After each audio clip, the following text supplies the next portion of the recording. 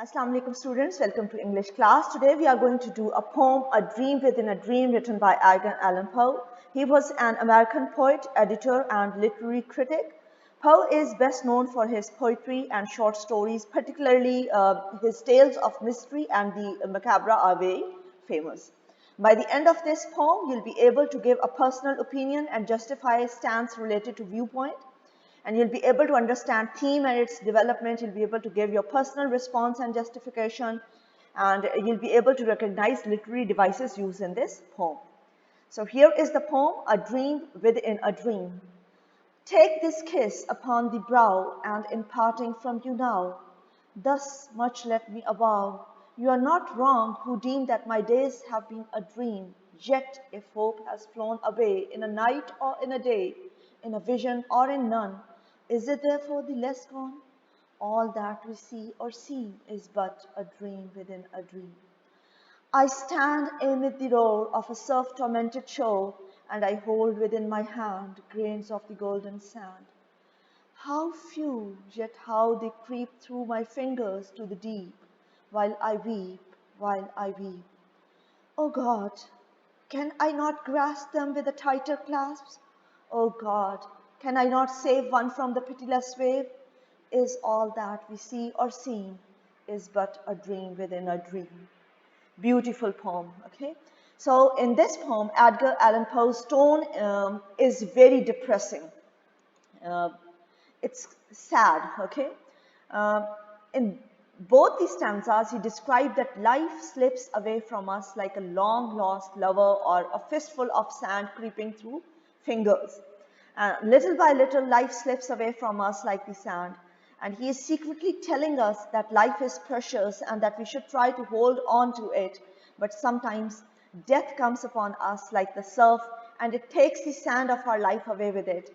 Poe also describes to us that to him perhaps life is just a dream and death is an awakening.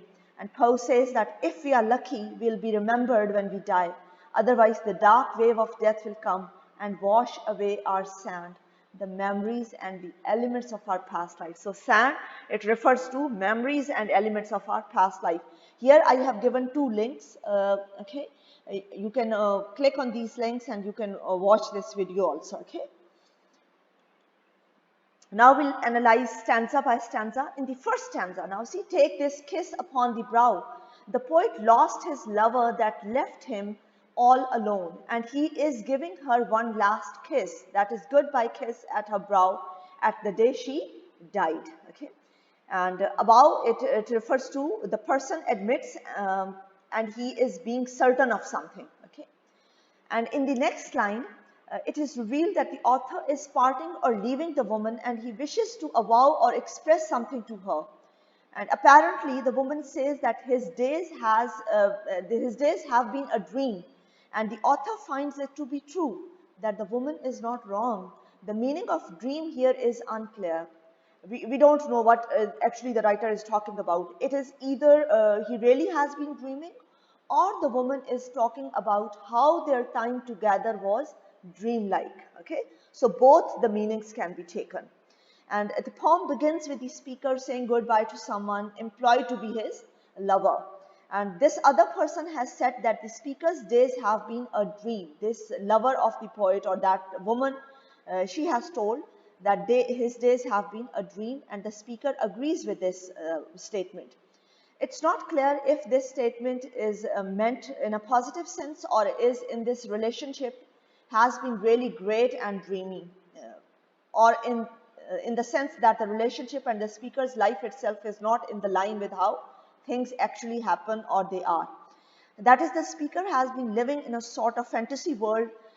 Either way, the lover's comments and pain of saying goodbye leads the speaker to express a kind of hopelessness rooted in doubt about the nature of reality and control. So life itself is a mystery, which is described in the first stanza. Indeed, perhaps this doubt stems from the way that something like love can sometimes so uncertain before, and one day it is suddenly gone. You can't believe whether your love is true or not, because nothing in life stays forever. Even life is uncertain. You're always chased by death, so you cannot trust. Okay. Second stanza. In the second stanza, the poet or the author, he brings the reader to a new setting. I stand amid the roar of a surf-tormented shore. And the author uses a surf-tormented shore. Now see, surf-tormented shore, it means being bothered, harassed, or pounded by the surf of the ocean, and it refers to the forces of life, difficulty, rough and hard situations. Okay? And the author uses a surf-tormented shore to describe the forces of life, that life is tough and rough. Meanwhile, the phrase grains of golden sand is used to describe the memories and the reality that the author had back then. And he is holding them within his hand, within his hand, as you can see, okay? Grains of the golden sand, how few yet how they creep through my fingers to the deep. And even he cannot keep hold of those memories. They are slipping away from his hand. The author tells us that he can only hold a few grains at a time, and they somehow manage to escape through his fingers into the deep, meaning the deep ocean. Meanwhile, he is weeping, and he says, while I weep, twice to emphasize repetition, okay?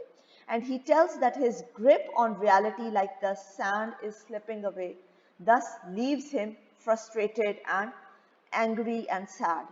The repetition of the word, oh God, stresses out that the poet desperately having hopes to God to let the beautiful moments remain in time and not leaving him as in reality.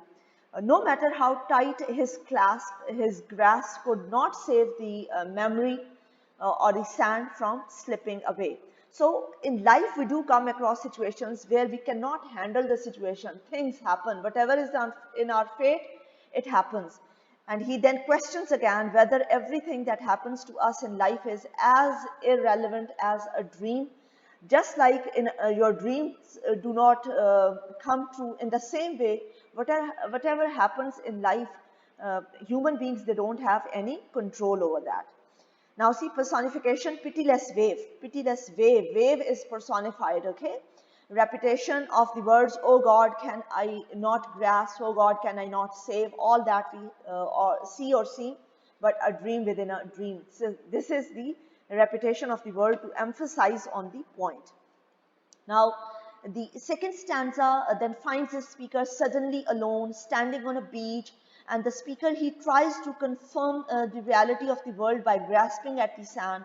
Yet this sand keeps slipping through his fingers, and the constantly shifting shoreline also seems to speak to the speaker's lack of certainty and control.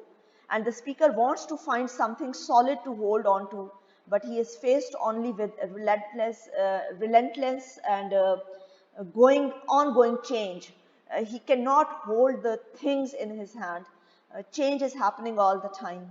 Finally, to intensify his sense of doubt and uncertainty, the poem restates its earlier claim that life is just a dream within a dream. This first stanza also ends up on this line, but a dream within a dream. And here again, the last line of the second stanza is all that we see or seem is but a dream within a dream, as a question.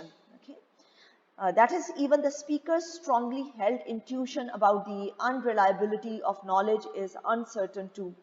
All in all, then this amounts to an argument that human life is built on the shakiest of foundations, and perhaps that the nature of reality is beyond the limit of human understanding.